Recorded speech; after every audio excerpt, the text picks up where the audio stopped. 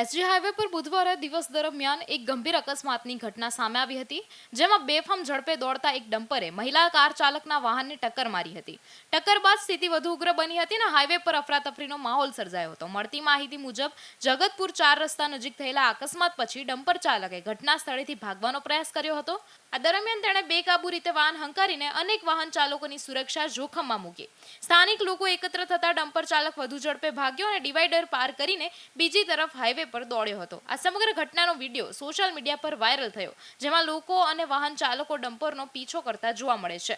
પોલીસે તાત્કાલિક કાર્યવાહી શરૂ કરીને ડમ્પરને અટકાવવાનો પ્રયાસ કર્યો હતો, પરંતુ ચાલક રોકાયો નહોતો. અંતે તે એક સાઇટ વિસ્તારમાં પહોંચ્યા બાદ પોલીસે તેને ઝડપી પાડ્યો હતો.